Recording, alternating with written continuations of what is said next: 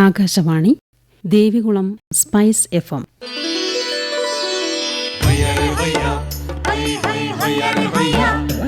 കിസാൻ വാണി.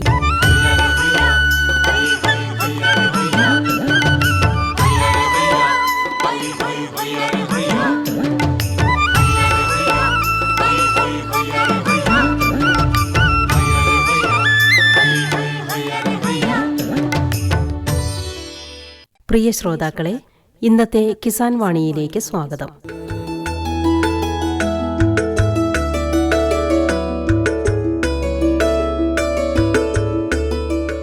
കൊന്നത്തടി ഗ്രാമപഞ്ചായത്തിലെ മികച്ച യുവ കർഷകനായി തിരഞ്ഞെടുക്കപ്പെട്ട തോമസ് ജെ മ്ലാക്കുഴിയുമായുള്ള അഭിമുഖത്തിന്റെ അവസാന ഭാഗമാണ് ഇന്നത്തെ കിസാൻ വാണിയിൽ.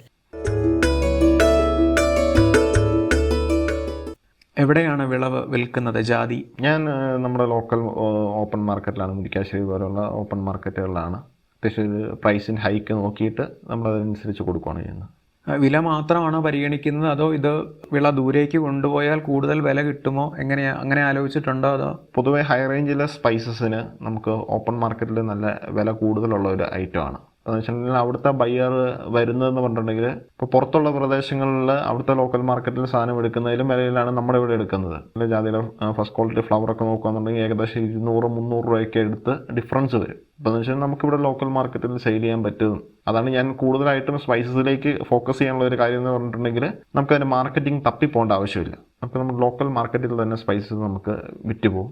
ന്യായമായ വിലയാണോ ലഭിക്കുന്നത് ലോക്കൽ മാർക്കറ്റിൽ?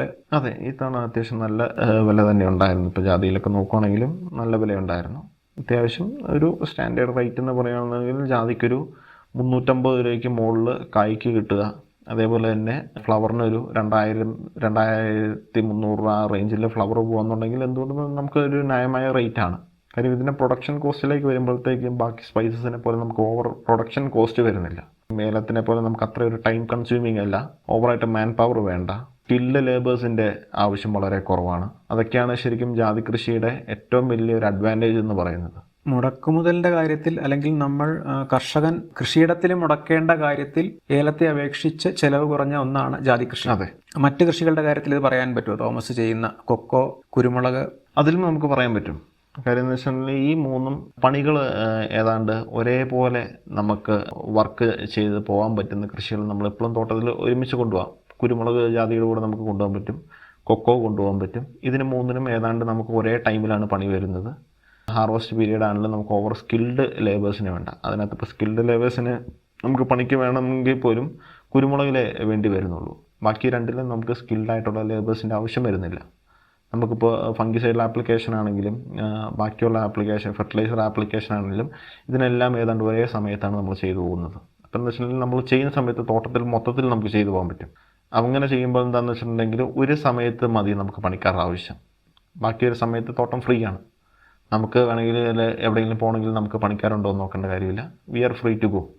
ഈ നിങ്ങൾ കൃഷിയെ തുടങ്ങുന്നതിന് മുന്നേ ഇങ്ങനെയൊരു രീതിയിൽ ആലോചിച്ചിരുന്നു, ഇവയുടെ കൃഷിപ്പണിയെല്ലാം ഒരുമിച്ച് കൊണ്ടുപോകാനാകും, ഇവയ്ക്ക് ജീവനക്കാരുടെ അല്ലെങ്കിൽ തൊഴിലാളികളുടെ ആവശ്യം പരിമിതമാണ്, ഇങ്ങനെ ആലോചിച്ചായിരുന്നോ ഈ വിളകളെ തിരഞ്ഞെടുത്തത്? വിളകൾ പണ്ട് തൊട്ടേ നമ്മുടെ തോട്ടങ്ങളിൽ ഉണ്ടായിരുന്നതാണ്. അതായത് ഞാനൊക്കെ വളർന്നു വന്നത് ഇതിൻ്റെ കൂടെ തന്നെയാണ്. അപ്പോൾ എന്താണെന്ന് വെച്ചിട്ടുണ്ടെങ്കിൽ നമ്മൾ ഇതിൻ്റെ പണികൾ കണ്ടുവന്നു. പിന്നെ എന്താ വെച്ചാൽ നമ്മൾ പഠനത്തിലേക്ക് മാറിക്കഴിഞ്ഞപ്പോഴത്തേക്കും കുറച്ചും കൂടെ സിസ്റ്റമാറ്റിക് ആയിട്ട് ഒരു ഫാം പ്ലാനിങ് കാര്യങ്ങളിലേക്ക് നമ്മൾ കുറച്ചും കൂടെ സിസ്റ്റമാറ്റിക് ആയിട്ട് പഠിക്കാൻ തുടങ്ങി. അപ്പോൾ അങ്ങനെ വന്നു കഴിഞ്ഞപ്പോഴത്തേക്കും നമുക്ക് മനസ്സിലായി ഇത് മൂന്നും നമുക്ക് കമ്പാറ്റബിളാണ്. ഇപ്പോൾ സ്പൈസസ് ആയതുകൊണ്ട് കുരുമുളകും ജാതിക്കയും നമുക്ക് സ്റ്റോർ ചെയ്ത് വെക്കാം. കൊക്കോയിലേക്ക് നോക്കിയിട്ടുണ്ടെങ്കിൽ കൊക്കോ ഒരു ഫുഡ് കൊമോഡിറ്റി ആയതുകൊണ്ട് ഒരിക്കലും അതിൻ്റെ നീഡ് ഓപ്പൺ മാർക്കറ്റിൽ ഇല്ലാതാവുന്നില്ല. അതുപോലെ ഞങ്ങളുടെ ഏരിയ എന്ന് പറഞ്ഞിട്ടുണ്ടെങ്കിൽ കൊക്കോയുടെ ഒരു ജിയോ ടാഗിങ് പ്രോസസ്സ് നടന്നുകൊണ്ടിരിക്കുകയാണ്. അപ്പം അങ്ങനെ നടന്നുകൊണ്ടിരിക്കുന്നുണ്ട്. ഭാവിയിൽ കൊക്കോയിൽ വളരെ സാധ്യതയുള്ള ഒരു മാർക്കറ്റാണ് മംഗോ എന്ന് പറയുന്ന സ്ഥലം. അപ്പോൾ നമുക്കത് കൊക്കോയും കൂടെ വേണം. കാര്യമെന്ന് വെച്ചാൽ ആഴ്ചയിൽ ഒരു വരുമാനം കിട്ടുന്ന സാധനമാണ് കൊക്കോ. ബാക്കിയുള്ള സ്പൈസസ് എന്ന് പറയുമ്പോൾ നമുക്ക് വർഷത്തിലൊരു തവണ ആയിരിക്കും നമ്മളതിൻ്റെ സെയിൽ നടത്താം. കൊക്കോ എന്ന് പറയുമ്പോഴത്തേക്കും നമുക്ക് ആഴ്ചയിൽ ഒരു വരുമാനം ഉണ്ടാകും. അപ്പോൾ എന്ന് വെച്ചിട്ടുണ്ടെങ്കിൽ നമ്മൾ ഒരിക്കലും നമ്മുടെ ഒരു പോക്കറ്റ് കാലിയാവില്ലാത്തൊരു സ്ഥിതിയിൽ നമുക്ക് നിൽക്കാൻ സാധിക്കും. മറ്റേതെങ്കിലും തരത്തിൽ ഈ വിളകൾ തമ്മിൽ സമാനതകളുണ്ടോ, അല്ലെങ്കിൽ സൗകര്യങ്ങളുണ്ടോ? കൃഷിപ്പണിയുടെ കാര്യത്തിലല്ലാതെ വേറെ എന്തെങ്കിലും, അപ്പോൾ ഒരു പക്ഷേ കൊടുക്കേണ്ട വളങ്ങളുടെ കാര്യത്തിലാകാം, ഉപയോഗിക്കുന്ന മരുന്നുകളുടെ കാര്യത്തിലാകാം, അതിലെല്ലാം ഇവർ തമ്മിൽ സാമ്യതയുണ്ട്. കാര്യം എന്താണെന്ന് വെച്ചിട്ടുണ്ടെങ്കിൽ അതിപ്പോൾ ഏത് ചെടിയാണെങ്കിലും നമ്മൾക്ക് അങ്ങനെയാണ്. ഏത് ചെടിക്കാണെങ്കിലും ഫ്ലവറിങ്ങിന് വേണ്ടത് ഫോസ്ഫറസ് ആണ്, അതിൻ്റെ ഒരു ഫ്രൂട്ട് മെച്യൂരിറ്റി, അതേപോലെ തന്നെ ഒരു ഫ്രൂട്ട് ക്വാളിറ്റിയിലേക്ക് വേണ്ട കാര്യങ്ങളെല്ലാം എലമെൻറ്റുകൾ എപ്പോഴും സെയിം ആയിരിക്കും. നമ്മൾ ചില ഈ വളക്കടക്കാർ നമ്മൾ ഈ പറഞ്ഞ് പറ്റിക്കുന്നൊരു സംഗതി എന്നല്ലാതെ ഇതിൻ്റെ അകത്ത് ബേസിക്കായിട്ട് ചെടിക്ക് വേണ്ട എലമെൻറ്റുകൾ എല്ലാ ചെടികൾക്കും ഒന്നാണ്. അതിനകത്ത് ചില മൈക്രോ ന്യൂട്രിയൻസ് മാത്രം അങ്ങോട്ടും ഇങ്ങോട്ടും ചെറിയ വേരിയേഷൻ ഉണ്ടാവുന്നല്ലാതെ ബാക്കി ബേസിക്കായിട്ട് വരുന്ന സാധനങ്ങളെല്ലാം NPK എന്ന് പറയുന്ന ഫോർമുലേഷൻ എല്ലാ ചെടികൾക്കും നമുക്ക് നോർമലി ഒറ്റ ഇതിനകത്ത് നമുക്ക് കൊണ്ടുപോകാൻ പറ്റും. അത് നമ്മൾ ചെടികളെ ട്രെയിൻ ചെയ്തെടുക്കുന്ന പോലെ ഇരിക്കും. ഒറ്റ വളത്തിൽ നമ്മൾ കൊണ്ടുപോകുന്നുണ്ടെങ്കിൽ ഒറ്റ വളത്തിൽ കൊണ്ടുപോകും. നമ്മൾ ഒരു വളവും കൊടുക്കാതെ നിങ്ങളെ വളർത്തി കൊണ്ടുപോകുന്നുണ്ടെങ്കിൽ ഇതൊരു വളവും കൊടുക്കാതെ നാച്ചുറലായിട്ട് കിട്ടുന്ന സാധനങ്ങൾ കൊണ്ട് വളരും. അതനുസരിച്ച് നമുക്കതിനെ ഒരു നമ്മുടെ പ്ലാനിങ്ങാണ്, അത് ഞാൻ പറഞ്ഞത്, ഒരു ഡിസിപ്ലിൻഡ് ആയിട്ടുള്ള ഒരു ഫാം ലേഔട്ട് അല്ലെങ്കിൽ ഒരു ഫാം പ്ലാനിലാണ് ശരിക്കും കൃഷി പോകേണ്ടത്. നേരത്തെ സൂചിപ്പിച്ച കാര്യങ്ങളെക്കാൾ കൂടുതലായി എന്തെങ്കിലും കൂട്ടിച്ചേർക്കാനുണ്ടോ ഫാം പ്ലാനിങ് അല്ലെങ്കിൽ ഫാം ലേഔട്ട് എന്നുള്ള കാര്യത്തിൽ? നമ്മുടെ വെറൈറ്റികൾ ചൂസ് ചെയ്യുമ്പോൾ എപ്പോഴും ഐഡിയലായിട്ട് ജാതിയിലിപ്പോൾ നമ്മൾ നോക്കുമ്പോഴത്തേക്കും ക്രോപ്പ് തിരഞ്ഞെടുക്കുമ്പോൾ ഒരു കേരള കാർഷിക സർവകലാശാലയുടെ ഒരു ഇതിനകത്ത് തന്നെ നമുക്ക് ഒരു വിളപരിപാലന ശുപാർശയിൽ അവർ റെക്കമെൻഡ് ചെയ്യുന്ന പോലെ തന്നെ ഞാൻ ഇപ്പോൾ പറയാം. ഇപ്പോൾ ജാതി ചൂസ് ചെയ്യാന്നുണ്ടെങ്കിൽ നമുക്കൊരു 2 ഗ്രാം ഉണക്ക പത്രിയുടെ തൂക്കം ഒരു 2 ഗ്രാം കിട്ടുക, കായയുടെ തൂക്കം ഒരു 10 ഗ്രാം, ഉണങ്ങിയ കായയുടെ തൂക്കം ഒരു 10 ഗ്രാം, അതേപോലെ തന്നെ ഒരു മരത്തിൻ്റെ ഒരു ആവറേജ് ഒരു വർഷം 2000 കായ്ക്ക് അടുത്ത് കിട്ടുക, അതായത് ഒരു സ്ക്വയർ മീറ്ററിൽ 32 കാ ആ ഒരു റേഞ്ചിൽ കിട്ടുന്ന പോലെ ആയിരിക്കണം എന്നാണ് ഒരു യൂണിവേഴ്സിറ്റി പറയുന്നത്. ഹൈ റേഞ്ചിനെ സംബന്ധിച്ചിടത്തോളം അതെന്ന് പറഞ്ഞു കഴിഞ്ഞാൽ ഹൈ റേഞ്ചിൽ ഏത് മരത്തിനും അത് കിട്ടും. അങ്ങനെ നോക്കാതെ ഇപ്പോൾ നമുക്കൊരു ആവറേജ് ഇപ്പോൾ ഒരു 15 ഗ്രാം ഒരു വെറൈറ്റി നമുക്ക് കിട്ടുന്നുണ്ടെന്ന് വിചാരിക്കാം. അപ്പോൾ നമ്മുടെ അടുത്ത വെറൈറ്റികൾ നമ്മൾ ചൂസ് ചെയ്യുമ്പോൾ ഏതാണ്ട് ഒരു 15-16 ഗ്രാമിന് അടുത്ത് കിട്ടുകയാണെന്നുണ്ടെങ്കിൽ നമ്മൾ വിൽക്കുന്ന സമയത്ത് കാകളെല്ലാം ഒരേപോലെ ഇരിക്കും. അപ്പം അങ്ങനെ നമ്മൾ ചെയ്യുന്നതുകൊണ്ട് മാർക്കറ്റിങ്ങിന് നമുക്ക് എളുപ്പമായിരിക്കും. കാഴ്ചയ്ക്കൊരു കൗതുകം മാർക്കറ്റിങ്ങിലേക്ക് വന്നു കഴിയുമ്പോഴത്തേക്കും നമ്മുടെ സാധനം ഒരേ ക്വാളിറ്റിയിൽ ഇരിക്കുന്നതെന്ന് തോന്നുന്നുണ്ട് നമ്മുടെ കായ്ക്ക് ചെറിയൊരു പ്രൈസ് വേരിയേഷൻ നമുക്ക് കൂടുതൽ കിട്ടും. അതിപ്പോൾ ഏത് കൃഷിയാണെങ്കിലും നമ്മൾ അങ്ങനെ ചെയ്യുമ്പോൾ നമുക്ക് അതിൻ്റേതായ ഒരു പ്ലസ് പോയിന്റ് നമുക്ക് കിട്ടും. വെറൈറ്റികൾ ചൂസ് ചെയ്യുമ്പോൾ അങ്ങനെ എടുത്തെടുത്ത് ചൂസ് ചെയ്യുന്നുണ്ടെങ്കിൽ നമുക്കതിൻ്റേതായ ഒരു പ്ലസ് പോയിന്റ് ഉണ്ട്. മെച്ചപ്പെട്ട വില ലഭിക്കാനായിട്ട് വേറെ എന്തെങ്കിലും ആശയങ്ങൾ മനസ്സിലുണ്ടോ? മെച്ചപ്പെട്ട വിലകൾ കിട്ടാൻ വേണ്ടിയുള്ളതെന്ന് പറഞ്ഞിട്ടുണ്ടെങ്കിൽ ഒരു വാല്യൂ അഡീഷൻ തന്നെയാണ്. ബേസിക്കലി എല്ലാ കൃഷിക്കാരും ആദ്യമേ ചിന്തിക്കുന്ന പോലെ ഒരു വാല്യൂ അഡീഷൻ. ജാതിക്കായിട്ട് കൊടുക്കാതെ അതിനകത്തുനിന്ന് ക്യാൻഡി ഉണ്ടാക്കാം, അതേപോലെ തന്നെ ഫെർമെൻറ്റഡ് ഡ്രിങ്ക്സ് ഉണ്ടാക്കാം, ഫ്ലേവേർഡ് ഡ്രിങ്ക്സ് ഉണ്ടാക്കാം. ഇപ്പോൾ ജാതിക്കയുടെ തൊണ്ടെന്ന് പറയുന്നത് നമുക്ക് ശരിക്കും വേസ്റ്റാണ്. ഒരു വാല്യൂ അഡീഷനിലേക്ക് പോയി കഴിയുമ്പോഴത്തേക്കും അത് നമുക്കൊരു പ്രൊഡക്റ്റ് ആവുകയാണ്. ഇപ്പോൾ ഒരു സീറോ കോസ്റ്റ് ഓഫ് റോ മെറ്റീരിയലിൽ നമ്മളൊരു പ്രൊജക്റ്റ് തുടങ്ങുകയാണ്. ക്യാൻഡി ഉണ്ടാക്കുമ്പോഴോ ഇല്ലെങ്കിൽ ഇപ്പോൾ നമ്മൾ വൈൻ ഉണ്ടാക്കുക, അതേപോലെ തന്നെ ഫ്ലേവേർഡ് ഡ്രിങ്ക്സ് ഉണ്ടാക്കുമ്പോൾ നമുക്ക് ശരിക്കും ജാതിക്കയുടെ തൊണ്ടെന്ന് പറയുന്നത് നമുക്കൊരു വേസ്റ്റായി പോയിരുന്ന സാധനം നമുക്ക് സീറോ കോസ്റ്റ് കിട്ടുന്ന ഒരു റോ മെറ്റീരിയലാണ്.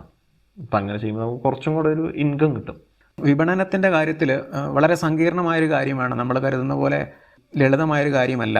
ചില ഇനങ്ങളിൽ വാല്യൂ അഡീഷൻ നടത്തുമ്പോൾ, ഇപ്പോൾ അത് നീര പോലെയുള്ള ഉൽപ്പന്നങ്ങളുടെ കാര്യത്തിൽ ചില വിദഗ്ധർ പറഞ്ഞു കേട്ടിട്ടുള്ളൊരു അഭിപ്രായം എന്ന് പറയുന്നത് അതൊരു ഹെൽത്ത് ഡ്രിങ്കായിട്ട് പ്രൊമോട്ട് ചെയ്യണമായിരുന്നു, അതല്ലെങ്കിൽ മറ്റ് ശീതളപാനീയങ്ങളെ പോലെ അത് പ്രൊമോട്ട് ചെയ്യരുതായിരുന്നു, അത് മാർക്കറ്റിങ്ങിൽ ഉള്ളൊരു മിസ്റ്റേക്കാണ്.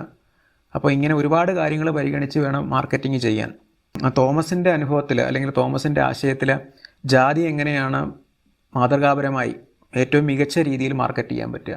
ഒന്നാമത്തെ കാര്യം, ജാതി ഒരു സ്പൈസസിൻ്റെ ഏറ്റവും ബേസിക് എന്ന് പറഞ്ഞിട്ടുണ്ടെങ്കിൽ ഒരു മെഡിസിനൽ പർപ്പസാണ്. ഇപ്പോൾ ജാതിയിൽ നമ്മൾ നോക്കിയിട്ടുണ്ടെങ്കിൽ ആയുർവേദത്തിൽ ജാതി ഉപയോഗിച്ചുള്ള ചികിത്സാ രീതികൾ കാര്യങ്ങളൊക്കെ പറയുന്നുണ്ട്. ഇപ്പോൾ നമ്മൾ ജാതിയുടെ ഡ്രിങ്ക് ഉണ്ടാക്കുകയാണെന്നുണ്ടെങ്കിൽ അതേപോലെ തന്നെ വയറിന് നല്ലതാണ്. അങ്ങനെ ഒരു പർപ്പസിൽ നമ്മൾ നോക്കുകയാണെന്നുണ്ടെങ്കിൽ ഹെൽത്ത് ടോണിക്കായിട്ടോ അല്ലെങ്കിൽ എന്തെങ്കിലും സപ്ലിമെൻ്റ് ആയിട്ടോ ഒക്കെ നമുക്ക് ജാതിനെ പ്രൊമോട്ട് ചെയ്യാൻ പറ്റും.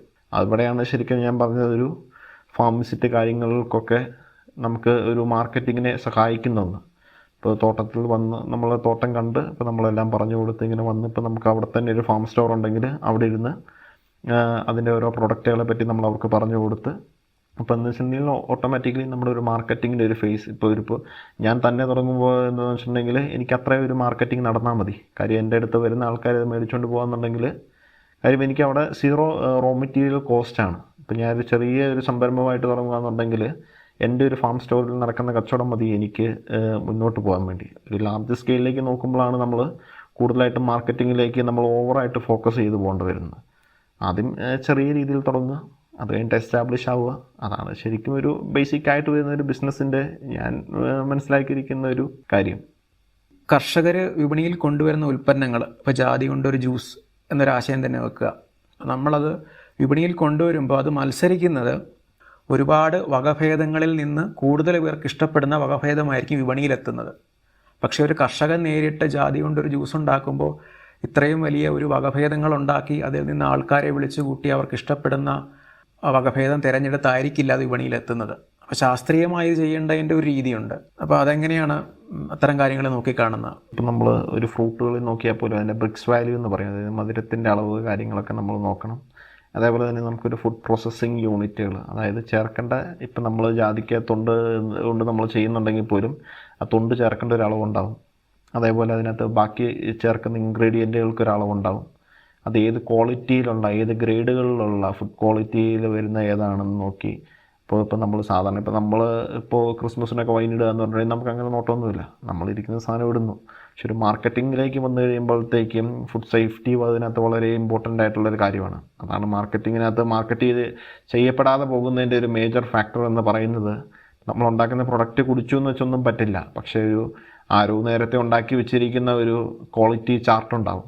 ആ ചാർട്ടിനോട് ഇതെങ്ങനെ കോമ്പീറ്റ് ചെയ്ത് നിൽക്കുന്നു എന്നുള്ളതാണ്. അവിടെയാണ് നമ്മൾ ശരിക്കും ഒരു ഫുഡ് പ്രോസസ്സിംഗ് ആയിട്ട് ബന്ധപ്പെട്ട് നിൽക്കുന്ന, ഒന്നെങ്കിൽ ഒരു ഫുഡ് ടെക്നോളജി പഠിച്ച ആരെങ്കിലും വെച്ച് നമ്മൾ അതിൻ്റെ ഒരു പ്രൊഡക്ഷനെ നമ്മളൊരു മേൽനോട്ടം കൊടുത്ത് ചെയ്യിക്കുവാണ് ഏറ്റവും നല്ലത്. അങ്ങനെ ചെയ്യുമ്പോൾ ഓട്ടോമാറ്റിക്കലി നമുക്ക് റിജക്ഷനെ പേടിക്കേണ്ട ഒരു ആവശ്യം വരുന്നില്ല. ക്വാളിറ്റി ഓഫ് പ്രൊഡക്ഷനിലേക്ക് നമ്മൾ വന്നു കഴിയുമ്പോഴത്തേക്കും നമുക്ക് അവിടെ ഒരു റിജക്ഷൻ വരാനുള്ള സാധ്യത വളരെ കുറവാണ്. പിന്നെ ടെസ്റ്റേഴ്സിനെ വെക്കുക.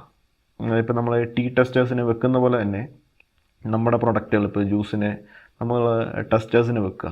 അതിന് നമുക്ക് തന്നെ ഇതിൻ്റെ ടേസ്റ്റ് എന്താണ്, ഇതിനകത്ത് ഒരു സോർ കണ്ടൻ്റ് ആയിട്ട് എന്ത് ഫീൽ ചെയ്യുന്നു, അതേപോലെ തന്നെ ഇതിനകത്തൊരു സ്വീറ്റ്നെസ് എത്ര ശതമാനം നിങ്ങൾക്ക് ഫീൽ ചെയ്യുന്നു. അങ്ങനെ ഒരു സർവേ വെച്ചിട്ട് മാത്രമേ നമുക്ക് പ്രൊഡക്റ്റ് പുറത്തേക്ക് ഇറക്കാൻ പറ്റുള്ളൂ. ആ സമയത്ത് ഇപ്പോൾ നമ്മൾ പ്രോഡക്റ്റ് പുതിയതായിട്ട് ലോഞ്ച് ചെയ്യുകയാണ്, ഇപ്പോൾ കൂടുതലുമായിട്ടുള്ള യൂത്താണ്. അപ്പോൾ എന്താ വെച്ചിട്ടുണ്ടെങ്കിൽ കോളേജുകൾ ബേസ്ഡ് ആയിട്ട് നമ്മുടെ ഒരു പ്രൊഡക്റ്റിനെ നമുക്ക് സർവേ ചെയ്യാം. ഡിജിറ്റലായിട്ട് സോഷ്യൽ മീഡിയ പ്ലാറ്റ്ഫോം പോലെ നമുക്ക് കൊണ്ട് നടന്ന് ഇപ്പോൾ ആൾക്കാർക്ക് കുടിക്കാൻ കൊടുത്തിട്ട് അതിൻ്റെ ഒരു റിവ്യൂ അവരെ കൊണ്ട് പറയിക്കാം. അപ്പോൾ അങ്ങനെ ചെയ്യുമ്പോഴത്തേക്കും ഓട്ടോമാറ്റിക്കലി നമുക്കൊരു മാർക്കറ്റിംഗ് കൂടെ ആവുകയാണ്. അപ്പോൾ എന്ന് വെച്ചാൽ നമ്മുടെ പ്രൊഡക്റ്റ് ഓട്ടോമാറ്റിക്കലി ഇൻട്രൊഡ്യൂസ് ആയി. ഇതിനകത്ത് കിട്ടുന്ന ഫ്ലേവേഴ്സ് എന്തൊക്കെയാണെന്ന് അവർ തന്നെ പറഞ്ഞു കഴിയുമ്പോഴത്തേക്കും, കുടിക്കാൻ എങ്ങനെയുണ്ടെന്ന് പറഞ്ഞു കഴിയുമ്പോഴത്തേക്കും ഓപ്പണായിട്ട് നമ്മുടെ ഒരു മാർക്കറ്റിംഗ് നടക്കുന്നു. നമ്മൾ ഒരു ടെസ്റ്റിംഗ് എന്ന രീതിയിൽ നമ്മൾ ഇറക്കുമ്പോഴത്തേക്കും അത് ടെസ്റ്റിങ്ങിനപ്പുറമായിട്ട് ഒരു മാർക്കറ്റിംഗ് കൂടെ നമുക്ക് അവിടെ നടന്നു കിട്ടുന്നുണ്ട്. അത് ഇപ്പോൾ ഞാൻ പറഞ്ഞത് ഒരു ടെസ്റ്റർ വേണം, എന്നാലേ നമുക്കതിൻ്റെ ഒരു ക്വാളിറ്റി എന്താണെന്ന് നമുക്ക് പറയാൻ പറ്റില്ല. हर जोखिम से निकल कर फसल आए, सुरक्षित हो जाए। फसल बीमा से हर किसान अब आत्मनिर्भर हो जाए। संकट के समय प्रधानमंत्री फसल बीमा योजना किसानों के लिए वरदान है। अब सूखा पड़े या बाढ़ आ जाए कोई डर नहीं, अब ओले पड़े या कीट पतंगे फसल खा जाए कोई फिक्र नहीं, क्योंकि हमने लिया है प्रधानमंत्री फसल बीमा। बुआई से फसल कटाई तक हर जोखिम का दावा, न्यूनतम प्रीमियम पर अधिकतम भुगतान का वादा। योजना से हर साल जुड़ रहे हैं 5 करोड़ से ज्यादा किसान। अब आपकी है बारी। नजदीकी कृषि कार्यालय, सहकारी समिति, बैंक शाखा, अधिकृत बीमा कंपनी या जन सेवा केंद्र में स्वेच्छा से करा सकते हैं पंजीकरण। फसल बीमा पोर्टल या फसल बीमा ऐप द्वारा भी कराया जा सकता है पंजीकरण। प्रधानमंत्री फसल बीमा योजना, आपकी फसलों का संपूर्ण सुरक्षा कवच। कृषि एवं किसान कल्याण मंत्रालय, भारत सरकार। കുരുമുളക് എത്ര സ്ഥലത്താണ്? അതോ ഇതെല്ലാം മിക്സഡാണ്. 5 ഏക്കർ ഇപ്പോൾ കുരുമുളക് ഉണ്ടെന്ന് പറഞ്ഞിട്ടുണ്ടെങ്കിൽ 5 ഏക്കർ ജാതിയുണ്ട്, അതനുസരിച്ചുള്ള കൊക്കോയുണ്ട്. മിക്സഡായിട്ട് കൊണ്ടുപോകണം. എന്താണ് ലെയർ ആയിട്ടുള്ളൊരു കൃഷിയിലേക്ക് മാറി വരും. കുരുമുളക് കൃഷി എത്രമാത്രം ലാഭകരമാണ് ജാതിയെ അപേക്ഷിച്ച്? ജാതിയെ അപേക്ഷിച്ച് കുരുമുളകിനെ നമ്മൾ നോക്കിയിട്ടുണ്ടെങ്കിൽ, കുരുമുളക് പണ്ട് തൊട്ട് കയറിപ്പോകുന്നൊരു സ്പൈസസ് ആയതുകൊണ്ട് അതിൻ്റേതായ ഒരു മാർക്കറ്റുണ്ട്. അതേപോലെ ജാതിയേക്കാളും ഷെൽഫ് ലൈഫ് കൂടുതലുണ്ട് കുരുമുളകിന്. പ്രോപ്പറായിട്ട് നമ്മളൊരു ടെമ്പറേച്ചർ മെയിൻറ്റെയിൻ ചെയ്ത്, മോയ്സ്ചർ കണ്ടൻറ്റ് മെയിൻറ്റെയിൻ ചെയ്ത് ഇപ്പം നമ്മൾ ഡ്രൈ ചെയ്യുമെന്ന് വെച്ചോ, അതായത് ഒരു 10% നമ്മൾ ഏത് പ്രൊഡക്റ്റ് ആണെങ്കിലും അതിൻ്റെ മോയ്സ്ചറൈസർ മെയിൻറ്റെയിൻ ചെയ്യേണ്ട ഒരു റേഷ്യോ എന്ന് പറയുന്നത്. ഒരു 10% താഴെ നമുക്കതിനെ ഡ്രൈ ചെയ്ത് സൂക്ഷിക്കാൻ സാധിക്കുന്നുണ്ടെങ്കിൽ ഉറപ്പായിട്ടും അതവിടെ ഇരുന്നോളും. അപ്പോൾ മാർക്കറ്റിലെ ഫ്ലക്ച്വേഷൻ അനുസരിച്ച് നമുക്കതിനെ വിൽക്കുക എന്നുണ്ടെങ്കിൽ ഉറപ്പായിട്ടും അത് സക്സസ് ആണ്. പിന്നെ ജാതിയേക്കാളും കൂടുതൽ ഒരു ഡിസീസ് ഇൻഫെക്ഷനാണ് കുരുമുളകിന് വരുന്നത്. അതൊക്കെയാണ് ഇതിന് പ്രൈസ് ഹൈക്ക് കൊടുക്കുന്നതിൻ്റെ ഒന്നാമത്തെ കാര്യം. രോഗം വന്ന് ക്വാളിറ്റി ഓഫ് പ്രൊഡക്ഷൻ കുറയുന്ന സ്പൈസസ്, ഇപ്പം നമ്മൾ ഏതെടുത്ത് നോക്കിയിട്ടുണ്ടെങ്കിലും സ്പൈസസിൽ വില കൂടുതൽ നിൽക്കുന്നത്, ഏറ്റവും കൂടുതൽ രോഗം വരുന്നത്, ഇല്ലെങ്കിൽ ഏറ്റവും കൂടുതൽ പ്രൊഡക്ഷന് ബുദ്ധിമുട്ടുള്ള ഐറ്റംസ് അതിനായിരിക്കും ഏറ്റവും കൂടുതൽ വില ഉണ്ടാവുക. അപ്പം അത് നമ്മൾ അങ്ങനെ നോക്കുമ്പോഴത്തേക്കും നമുക്ക് പ്രൊഡക്ഷൻ കോസ്റ്റ് കുറവായിരിക്കും ബാക്കി സാധനത്തിന്. അപ്പോൾ നമുക്കതും ലാഭമാണ്. അങ്ങനെയാണ് നമ്മൾ ശരിക്കും നോക്കേണ്ടത്. അല്ലാതെ ആൾക്കാർ നോക്കുമ്പോൾ ഏലത്തിന് 2000-2500 രൂപ കിട്ടുന്നു, ആ സമയത്ത് ജാതിയുടെ ഫ്ലവറിനാണെങ്കിൽ ഫ്ലവർ ഇത്രയും വേണം, എന്നാലും നമുക്ക് 2000 രൂപ കിട്ടുന്നുള്ളൂ. അതേപോലെ ജാതിയുടെ കായാണെന്നുണ്ടെങ്കിൽ ഒരു 350 രൂപ 400 രൂപ, ഇപ്പോൾ ആണെങ്കിൽ 460 രൂപ വരെയൊക്കെ ഉണ്ട്. ആ റേഞ്ച് കിട്ടുന്നുള്ളൂ. നമ്മൾ അങ്ങനെ നോക്കിയിട്ട് കാര്യമില്ല. ആ സമയത്ത് നമ്മൾ ഏലത്തിലേക്ക് കൊടുക്കുന്ന ഇൻപുട്ട് എന്തോരമുണ്ട്, ഇത് ജാതിയിലേക്ക് കൊടുക്കുന്ന ഇൻപുട്ട് എന്തോരമുണ്ട്, അവിടെ വേണ്ട മാൻ പവർ എന്തോരുണ്ട്, ഇവിടെ വേണ്ട മാൻ പവർ എന്തോരുണ്ട്. അങ്ങനെ നമ്മൾ കമ്പയർ ചെയ്ത് നോക്കുമ്പോഴത്തേക്കും മറ്റോടത്ത് നമ്മൾ 500 രൂപ കൊടുത്ത് 550 രൂപ ലാഭം ഉണ്ടാക്കുന്ന സമയത്ത് ഇവിടെ നമ്മൾ 300 കൊടുത്ത് 400 രൂപ നമ്മൾ ലാഭം ഉണ്ടാക്കുന്നുണ്ട്. അതിൻ്റെ ആവശ്യം നമുക്ക് വരുന്നുള്ളൂ. തോമസിൻ്റെ നാട്ടിൽ അല്ലെങ്കിൽ പരിചയത്തിലുള്ള കർഷകർ എല്ലാവരും ചെയ്യുന്നതും എന്നാൽ തോമസ് ചെയ്യാത്തതുമായ, കൃഷിയിടത്തിൽ ചെയ്യാത്തതുമായ ഒരു കാര്യം, അല്ലെങ്കിൽ മറ്റുള്ളവരാരും അത് ചെയ്യുന്നില്ല പക്ഷേ തോമസ് അത് ചെയ്യുന്നുണ്ട്, അല്ലെങ്കിൽ വ്യത്യസ്തമായി ചെയ്യുന്നു, അങ്ങനെയുള്ള എന്തെങ്കിലും കൃഷിയെ സഹായിക്കുന്ന എന്തെങ്കിലും ഒരു കാര്യം പങ്കിടാമോ? ഇപ്പോൾ ഞാൻ മെയിനായിട്ട് കണ്ടിരിക്കുന്നത് നമ്മുടെ ഏരിയയിലേക്ക് വന്നിട്ടുണ്ടെങ്കിൽ ഒരു ഫംഗിസൈഡൽ ആപ്ലിക്കേഷൻ ആണെങ്കിൽ പോലും ആൾക്കാരുടെ മനസ്സിലുള്ള ഒരു ഫംഗിസൈഡ് എന്ന് പറയുന്നത് ബോഡോമിശ്രിതം അല്ലെങ്കിൽ നമ്മുടെ ബോഡക്സ് മിക്സ്ചർ 1% വരുന്ന ആ ഒരു റേഷ്യോ മാത്രമേ ആൾക്കാരുടെ മനസ്സിലുള്ളൂ. എൻ്റെ ഒരു രീതിയിൽ എന്ന് പറഞ്ഞിട്ടുണ്ടെങ്കിൽ രോഗം വന്നിരിക്കുന്ന ഒരു ഇതാണെന്നുണ്ടെങ്കിൽ ആദ്യം ഒരു അന്തർവ്യാപന ശേഷിയുള്ള ഒരു കുമിൾനാശിനിയും കൊടുക്കും, പിന്നീട് ഒരു അന്തർവ്യാപന ശേഷിയും അതേപോലെ തന്നെ ഒരു കോൺടാക്റ്റും കൂടെ വരുന്ന ഒരു കമ്പൈൻഡ് ആയിട്ടൊരെണ്ണം കൊടുക്കും. അത് കഴിഞ്ഞിട്ട് മൂന്നാമത്തെ ആപ്ലിക്കേഷനിലേക്ക് വന്നു കഴിയുമ്പോഴത്തേക്ക് ഒരു കോൺടാക്ട് ഫംഗിസൈഡ് കൊടുക്കും, ഒന്നെങ്കിൽ ഒരു മാൻഗോസബോ ഇല്ലെങ്കിൽ ഈ ബോഡോമിശ്രിതോ കൊടുക്കും. അത് കഴിഞ്ഞിട്ട് മണ്ണിനെ ഒന്നും കൂടെ ഒരുക്കും. അവിടെയാണ് പലയിടത്തും കൃഷിക്കാർ ചെയ്യാത്തൊന്ന്. അതായത് ഇപ്പോൾ നമ്മൾ ചെടിയേറെ രോഗം മൊത്തം കളഞ്ഞു, പിന്നീട് നമ്മൾ നോക്കിയിട്ടുണ്ടെങ്കിൽ പിറ്റേ കൊല്ലം, അതായത് ഒരു മഴക്കാലം തുടങ്ങുമ്പോഴത്തേക്കും പിന്നെയും ചെടിയിലേക്ക് ഈ രോഗങ്ങൾ വരുന്നുണ്ട്. എന്താണെന്ന് വെച്ചിട്ടുണ്ടെങ്കിൽ ഈ നമ്മൾ കളഞ്ഞത് ചെടിയെന്നേ പോയിട്ടുള്ളൂ, ഇതിൻ്റെ ഫംഗസിൻ്റെ മുട്ടകൾ, സ്പോറുകൾ മണ്ണിൽ എപ്പോഴും ആക്റ്റീവായിരിക്കും. അപ്പോൾ എന്താ വെച്ചിട്ടുണ്ടെങ്കിൽ നമ്മൾ മണ്ണിനെ ട്രീറ്റ് ചെയ്യണം. അതിന് നമ്മൾ കുറച്ചും കൂടെ ഒരു ജൈവ കുമിൾനാശിനികൾ, സ്യൂഡോമോണസ്, ട്രൈക്കോഡർമ, ബാസിലസ് സബ്സിലസ്, വാമ് പോലെയുള്ള സാധനങ്ങൾ നമ്മൾ മണ്ണിലേക്ക് ഇൻട്രൊഡ്യൂസ് ചെയ്യുക. അപ്പോൾ എന്താ വെച്ചിട്ടുണ്ടെങ്കിൽ അതിൻ്റെ ഒരു പ്രവർത്തനം കൊണ്ട് നമുക്കതൊരു ദീർഘകാലത്തേക്ക് രോഗമില്ലാതിരിക്കും. ഇപ്പോൾ രോഗമില്ലാതെ ഇരുന്നിട്ടുണ്ടെങ്കിൽ ചെടി വളമെടുക്കുന്നത് കൂടും, നമുക്ക് വിളവ് കൂടുതൽ കിട്ടും. അപ്പോഴാണല്ലോ കൃഷി ശരിക്കും ലാഭമാവുന്നത്. പിറ്റേ കൊല്ലങ്ങളിലേക്കൊക്കെ വരുമ്പോഴത്തേക്കും നമുക്ക് ചെടിക്ക് കൊടുക്കേണ്ടതായിട്ട് വരുന്ന ചിലവുകൾ കുറഞ്ഞിരിക്കും. അങ്ങനെയാണ് നമുക്ക് ശരിക്കും ഒരു കൃഷിയെ ഒരു ലാഭത്തിലേക്ക് കൊണ്ടുപോകാൻ പറ്റുള്ളൂ. ചില രോഗങ്ങൾ ആവർത്തിക്കാതിരിക്കാൻ ചെയ്യാവുന്ന ഒരു കാര്യമാണ് വിശദീകരിച്ചത്. അതെ. പിന്നെ രോഗം വന്ന അതേ കൊല്ലങ്ങൾ തന്നെ, ഇപ്പോൾ നമ്മൾ കുരുമുളകൊക്കെ ആണെങ്കിലും ദ്രുതവാട്ടം വന്ന് നശിച്ചു പോയ തോട്ടങ്ങളിൽ ആ വർഷം തന്നെ പിന്നെ കൊടിയിടാതിരിക്കുക. ദ്രുതവാട്ടം വന്നിരിക്കുന്ന തോട്ടത്തിൽ നിന്നും തലയെടുത്ത്, സാധാരണ നമ്മളിവിടെ ചെയ്യുന്ന പറഞ്ഞാൽ ചന്ദനം മുറിച്ചിടുകയാണ് പതിവായിട്ട് ചെയ്യുന്നത്. ദ്രുതവാട്ടം വന്ന് നശിച്ച ഒരു തോട്ടത്തിൽ നിന്ന് ഒരിക്കലും തലയെടുത്ത് ഇടാതിരിക്കുക. അത് ഒരു ഞാൻ ആദ്യം പറഞ്ഞ പോലെ തന്നെ ഒരു 1.5 വർഷത്തോളം അതിൻ്റെ സ്പോറുകൾക്ക് മണ്ണിൽ ജീവിക്കാൻ ശേഷിയുണ്ടാവും. അപ്പോൾ മണ്ണിനെ ട്രീറ്റ് ചെയ്തിട്ടിരിക്കുക, 2 വർഷം കഴിഞ്ഞിട്ട് കൊടി ചെയ്യുക. അപ്പോൾ എന്ന് വെച്ചിട്ടുണ്ടെങ്കിൽ 15 വർഷത്തേക്ക് നമുക്ക് കൊടി അവിടെ ഉണ്ടാവും. ആ കൊല്ലം തന്നെ നമ്മൾ ഇട്ടിട്ടുണ്ടെങ്കിൽ 3-ാം വർഷം കൊടി കാണാതെ പോകും. 3 കൊല്ലം കൊണ്ട് കൊടി പോകുന്നതാണോ 15 വർഷത്തേക്ക് നമുക്കൊരു ആദായം കിട്ടുന്നതാണോ ഏറ്റവും നല്ലത്? അതിന് ആസ്പദമായിട്ട് നമ്മൾ കൃഷി ചെയ്ത് പോവാം.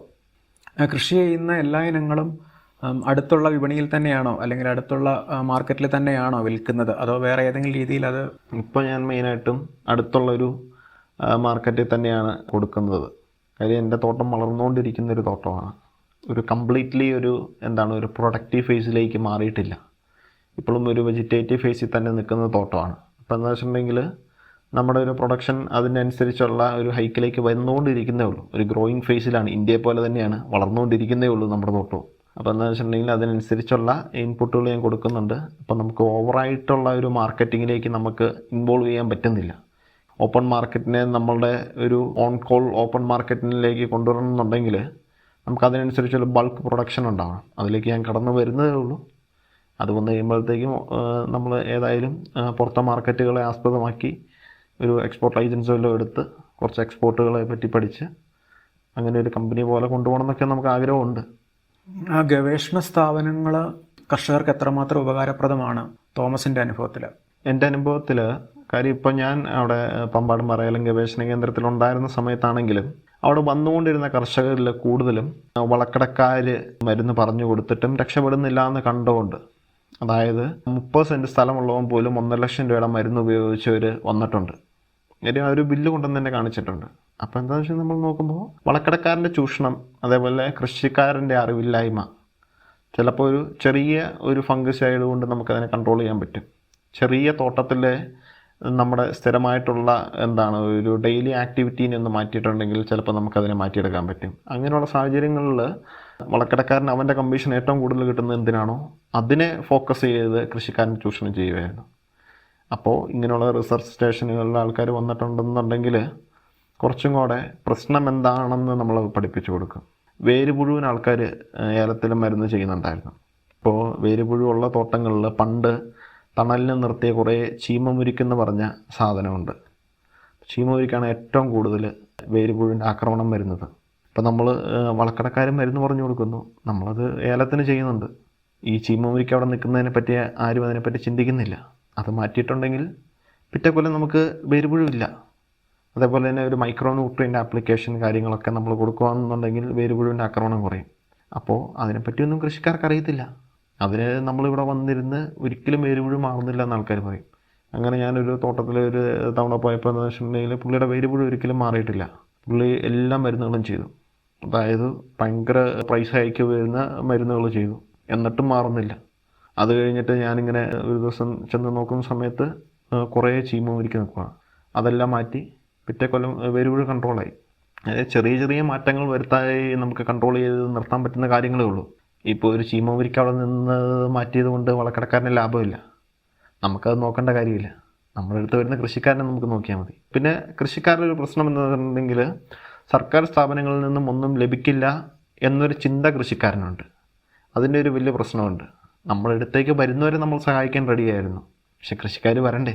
ആദ്യമേ ആൾക്കാരുടെ മനസ്സിലുള്ള ചിന്ത എന്ന് പറഞ്ഞിട്ടുണ്ടെങ്കിൽ സർക്കാർ സ്ഥാപനങ്ങളിൽ വന്നുകൊണ്ട് കാര്യമില്ല എന്നൊരു ചിന്തയുണ്ട്. അത് മാറ്റിവെച്ച് കൃഷിക്കാർ വന്ന് സഹായം ചോദിച്ചിട്ടുണ്ടെങ്കിൽ സഹായം ചെയ്തു തന്നിരിക്കും. അതാണ് ഞാൻ മനസ്സിലാക്കിയത്. കാര്യം ഞാൻ വളരെ കുറച്ച് കാലം മാത്രമേ അവിടെ വർക്ക് ചെയ്തിട്ടുള്ളൂ. ഞാൻ വർക്ക് ചെയ്ത കാലങ്ങളിൽ നിന്നും എനിക്ക് മനസ്സിലായ കാര്യങ്ങൾ അതാണ്. ഇപ്പോഴാണെങ്കിലും ഞാൻ ചെയ്തു പോയിരുന്നതും അങ്ങനെയാണ്. എൻ്റെ അടുത്ത് വരുന്ന കൃഷിക്കാരെ ഞാൻ സഹായിക്കാറുണ്ട്. അതിനകത്ത് നമ്മൾ വേറെ ഒന്നും നോക്കുന്നില്ല. കൃഷി നന്നാവാന്നേ ഉള്ളൂ. കൃഷി നന്നായിട്ടുണ്ടെങ്കിൽ പൊതുവേ ഒരു നാട് തന്നെ നന്നാവുകയാണ്. കാര്യം ഹൈ റേഞ്ച് പോലുള്ള ഒരു മേഖലകൾ എന്ന് പറഞ്ഞിട്ടുണ്ടെങ്കിൽ കൃഷിയെ മാത്രമായിട്ട് നിൽക്കുന്ന ഒരു പ്രദേശമാണ്. അപ്പോൾ അതിൻ്റെ ഒരു ഐഡൻറ്റിറ്റിയാണ് കൃഷി. അപ്പോൾ ഒരു ക്വാളിറ്റിയിൽ കൃഷി ചെയ്യുക എന്നുള്ളതാണ് നമ്മളെ ഏറ്റവും ബേസിക് ആയിട്ടുള്ള കാര്യം. അതിനെ സഹായിക്കാൻ പറ്റുന്നത് നമ്മൾ ചെയ്യുന്നു. കൃഷി പഠിച്ചിട്ടുള്ള ആളാണ് തോമസ്. കൃഷി ചെയ്യുന്ന ആളാണ്. ഗവേഷണ കേന്ദ്രത്തിൽ ജോലി ചെയ്തിട്ടുണ്ട്. ഇനി മുന്നോട്ട് പഠിക്കണമെന്ന് ആഗ്രഹമുണ്ട്. മുന്നോട്ട് കൃഷി കൊണ്ടുപോകുന്നതിൻ്റെ രീതിയിൽ സംസാരിച്ചു. അപ്പോൾ ഇതിലേതാണ് കൂടുതലായി ശ്രദ്ധ കേന്ദ്രീകരിക്കാൻ ഉദ്ദേശിക്കുന്നത്? കൃഷിയാണോ, പഠനമാണോ, രണ്ടും കൂടി കൊണ്ടുപോകാനാണോ, എങ്ങനെയാണ്? രണ്ടും കൂടെ കൊണ്ടുപോകാനാണ് എൻ്റെ ഏറ്റവും വലിയ ആഗ്രഹം. കാര്യം കൃഷി എന്ന് പറയുന്നത് നമ്മളൊരു അസറ്റാണ്. നാളൊരു ജോലി ഇല്ലാതെ ആയാലും നമ്മുടെ ഒരു റെഗുലർ ഇൻകം ആയിരിക്കും അത്. പിന്നെ പഠിക്കുക എന്ന് പറഞ്ഞിട്ടുണ്ടെങ്കിൽ നമ്മൾ അറിവ് നേടുകയാണ്. അതിപ്പോൾ നമ്മുടെ അടുത്ത് നിന്ന് ആരും എടുത്തുകൊണ്ട് പോവില്ല. അതുകൊണ്ട് നമുക്ക് ഭാവിയിലേക്ക് ഉപകാരങ്ങളുണ്ടാവും. ഇപ്പം എൻ്റെ കൃഷിയിലാണെങ്കിലും അതേപോലെ തന്നെ അതിനോട്ട് അസോസിയേറ്റ് ചെയ്ത് നിൽക്കുന്ന കൃഷിക്കാർക്കാണെങ്കിലും ഒക്കെ ഉപകാരമാണത്. അപ്പോൾ രണ്ടും കൂടെ കമ്പൈൻ ചെയ്ത് കൊണ്ടുപോകണം തന്നെയാണ് എൻ്റെ ആഗ്രഹം. തോമസിൻ്റെ കൂടെ ഹയർ സെക്കൻഡറി തലത്തിലോ സ്കൂൾ തലത്തിലോ പഠിച്ച എത്ര പേര് കൃഷിയിലേക്ക് തിരിഞ്ഞിട്ടുണ്ട്? അങ്ങനെ നോക്കുകയാണെങ്കിൽ വളരെ കുറച്ച് ആൾക്കാർ മാത്രമേ ഉള്ളൂ. വിരലെണ്ണാവുന്ന ആൾക്കാർ മാത്രമാണ് ഇപ്പോഴും കൃഷി എന്നൊരു രീതിയിൽ ഫുൾ ടൈം ഫാർമർ എന്നൊരു ടൈറ്റിൽ വെച്ച് നിൽക്കുന്ന വളരെ കുറച്ച് ആൾക്കാരേ ഉള്ളൂ. എല്ലാവരും എന്താണെന്ന് വെച്ചിട്ടുണ്ടെങ്കിൽ ഒരു തൊഴിലില്ലായ്മ പേടിച്ച് നാട് കടന്ന ആൾക്കാരാണ് കൂടുതലും ഉള്ളത്. വിദേശത്തേക്ക് പോകണമെന്ന് തോന്നിയിട്ടുണ്ടോ എപ്പോഴെങ്കിലും, വാർത്തകൾ കണ്ടിട്ടെങ്കിലും? ഇല്ല, ഇന്നവരെ അങ്ങനെ ഒരു തോന്നൽ നമുക്ക് വന്നിട്ടില്ല. കാര്യം അതിനെപ്പറ്റി ചിന്തിക്കാനുള്ള സമയം നമുക്കില്ലായിരുന്നു. നമുക്ക് നമ്മുടേതായ ആക്ടിവിറ്റികളുണ്ട്. അതുകൊണ്ട് നമുക്ക് അതിനെപ്പറ്റി ചിന്തിക്കേണ്ട ഒരു ആവശ്യം വന്നിട്ടില്ല. സഹപാഠികളിൽ നിന്നോ അല്ലെങ്കിൽ സുഹൃത്തുക്കളിൽ നിന്നോ വ്യത്യസ്തമായി, അല്ലെങ്കിൽ ഭൂരിഭാഗത്തിൽ നിന്ന് വ്യത്യസ്തമായി കൃഷിയിലേക്ക് തന്നെ തിരിയാൻ പ്രേരിപ്പിച്ച ഘടകം എന്തായിരുന്നു? നമ്മൾ കണ്ടു വളർന്നത് കൃഷി തന്നെയാണ്. കൃഷിയിൽ ഇന്നവരെ കൃഷി നഷ്ടമാണെന്ന് എൻ്റെ അടുത്ത് എൻ്റെ അപ്പനോ അമ്മയോ ഇല്ലെങ്കിൽ വീട്ടിലാരും പറഞ്ഞിട്ടില്ല. അപ്പം എന്ന് വെച്ചിട്ടുണ്ടെങ്കിൽ ഇപ്പം ഞാൻ സംസാരിച്ചിട്ടുള്ള പല കൃഷിക്കാരും ഇല്ലെങ്കിൽ എൻ്റെ കൂടെ പഠിച്ച ആൾക്കാരും നഷ്ടമാണെന്ന് മാത്രമേ പറഞ്ഞു കേട്ടിട്ടുള്ളൂ. അപ്പോൾ ഓട്ടോമാറ്റിക്കലി അവരുടെ ചിന്തയിൽ നഷ്ടമായിട്ടുള്ളൊരു ഒന്നിലേക്ക് ഇറങ്ങേണ്ട ആവശ്യമില്ലല്ലോ. അടുത്ത് എനിക്ക് നഷ്ടമായിട്ട് തോന്നിയിട്ടില്ല. പിന്നെ എന്ന് വെച്ചിട്ടുണ്ടെങ്കിൽ ഇതിനകത്ത് കിട്ടുന്ന ഒരു ഇന്നർ പീസ് എന്ന് പറഞ്ഞാൽ വളരെ കൂടുതലാണ്. നമ്മൾ കൊടുത്തിട്ടുണ്ടെങ്കിൽ അതിനനുസരിച്ച് നമുക്ക് കിട്ടിക്കൊണ്ടിരിക്കും. നമ്മൾ കൊടുക്കാൻ റെഡിയാണെന്നുണ്ടെങ്കിൽ അത് തരാൻ റെഡിയാണ് കൃഷി. നമ്മുടെ കൂടെ ജീവിക്കുന്ന ഒരാളെപ്പോലെ കൃഷികളെ കണ്ട് ചെയ്യുകയെന്നുണ്ടെങ്കിൽ നമുക്ക് മനസ്സമാധാനം ഉണ്ടാവും. സ്ട്രെസ് ഫ്രീ ആയിരിക്കും നമ്മളെപ്പോഴും. അതൊക്കെ തന്നെയാണ് കൂടുതലും കൃഷിയിലേക്ക് നിൽക്കാനുള്ളൊരു പ്രചോദനം. തോമസുമായിട്ട് എത്ര നേരം സംസാരിച്ചതിൽ നിന്ന് എനിക്ക് മനസ്സിലാവുന്നത്, മറ്റ് കർഷകരിൽ നിന്ന് തോമസിനെ വ്യത്യസ്തമാക്കുന്നത് വിപണിയിലെ വില മാത്രം കണക്കിലെടുത്ത് കൃഷി അല്ലെങ്കിൽ വിള തിരഞ്ഞെടുക്കാതെ മുതൽ മുടക്ക് അല്ലെങ്കിൽ ചെലവിന് കൂടുതൽ പ്രാധാന്യം കൊടുത്ത് അല്ലെങ്കിൽ നമ്മുടെ അധ്വാനം എത്ര ഇതിനകത്തുണ്ട് എന്നതും കൂടി കണക്കിലെടുത്ത് വിള തിരഞ്ഞെടുക്കണം എന്നുള്ളതാണ് തോമസിന്റെ ഒരു സ്ട്രാറ്റജി എന്നാണ് ഞാൻ മനസ്സിലാക്കുന്നത്. ശരിയാണോ? തീർച്ചയായിട്ടും. കാര്യം അങ്ങനെ ചെയ്തിട്ടേ നമുക്ക് കാര്യമുള്ളൂ. കാറ്റഗറി നമ്മൾ നോക്കുകയാണെന്നുണ്ടെങ്കിൽ കുങ്കുമമാണ് ഏറ്റവും കൂടുതൽ വില കിട്ടുന്ന സാധനം. നമ്മുടെ എല്ലാ കാലാവസ്ഥയിലും ചെയ്യാൻ പറ്റുന്ന സംഭവമല്ലല്ലോ. എൻ്റെ ഒരു പ്രദേശങ്ങളിൽ ഏലം ശരിക്കുന്നതിൽ ഏലത്തിന് 7,000 ആ റേഞ്ചിലേക്ക് വന്ന സമയത്ത് ഏലം ചെയ്ത ആരുടെയും ഏലം ഇപ്പോൾ കാണാനില്ല. അതെല്ലാം അവരെല്ലാം ഇപ്പോൾ കുരുമുളകിലേക്ക് തിരിഞ്ഞു. കാര്യം എന്താ വെച്ചിട്ടുണ്ടെങ്കിൽ നമ്മുടെ ഒരു കാലാവസ്ഥയ്ക്ക് ചേർന്നൊരു ഇതല്ല ഏലം എന്ന് പറയുന്നത്. ഞങ്ങളുടെ അങ്ങോട്ടൊരു പ്രദേശത്തേക്ക് നമുക്ക് പണി കൂടുതലായിരിക്കും, അതിനനുസരിച്ചുള്ള പ്രൊഡക്ഷനിലേക്ക് എത്തിക്കാനും നമുക്ക് സാധിക്കില്ല.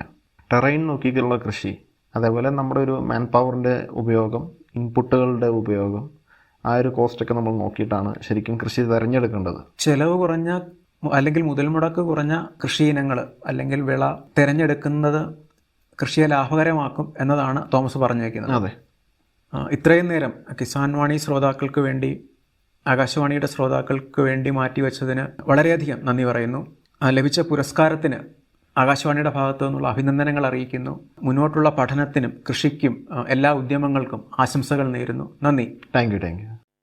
കൊന്നത്തടി ഗ്രാമപഞ്ചായത്തിലെ മികച്ച യുവ കർഷകനായി തിരഞ്ഞെടുക്കപ്പെട്ട തോമസ് ജെ മ്ലാക്കുഴിയുമായുള്ള അഭിമുഖത്തിന്റെ അവസാന ഭാഗമാണ് ശ്രോതാക്കൾ ഇതുവരെ കേട്ടത്. പ്രധാനമന്ത്രി കിസാൻ സമ്മാൻ നിധി ഈ പദ്ധതിയിൻ കീഴിൽ 2 ഹെക്ടർ വരെ കൈവശ ഭൂമിയുള്ള കർഷക കുടുംബത്തിന് 6,000 രൂപ പ്രതിവർഷം നൽകുന്നതായിരിക്കും. അർഹരായ കർഷകർക്ക് 2,000 രൂപ വീതം 3 തവണകളായി നേരിട്ട് അവരുടെ അക്കൗണ്ടിൽ നിക്ഷേപിക്കുന്നതായിരിക്കും. ഈ ചെറുകിട നാമമാത്ര കർഷക കുടുംബങ്ങളെ സംസ്ഥാന സർക്കാർ തെരഞ്ഞെടുത്തുകൊണ്ടിരിക്കുകയാണ്. ഈ പദ്ധതിയുടെ മുഴുവൻ ചെലവും ഭാരത സർക്കാരാണ് വഹിക്കുന്നത്. പ്രധാനമന്ത്രി കിസാൻ സമ്മാൻ നിധി കർഷകരുടെ കൃഷിപരമായ പുതിയ അഭിമാനം. കൃഷി കർഷക ക്ഷേമ മന്ത്രാലയം, ഭാരത സർക്കാരിൽ നിന്ന് ജനതാൽപര്യാർത്ഥം. സഹകരണത്തിൻ ബലത്തിൽ വികാസത്തിനു ചുവടുവയ്ക്കാം.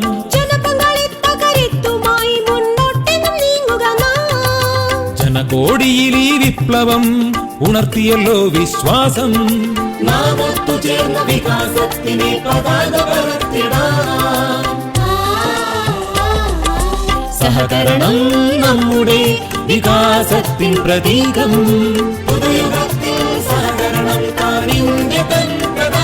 കൃഷി മന്ത്രാലയം, ഭാരത സർക്കാരിൽ നിന്ന് ജനതാൽപര്യാർത്ഥം. ഈ പരിപാടിയുടെ പ്രായോജകർ കേന്ദ്ര കൃഷി കർഷക ക്ഷേമ മന്ത്രാലയം, ഭാരത സർക്കാർ. എല്ലാ കിസാൻ വാണി ശ്രോതാക്കൾക്കും കൂപ്പുകൈ.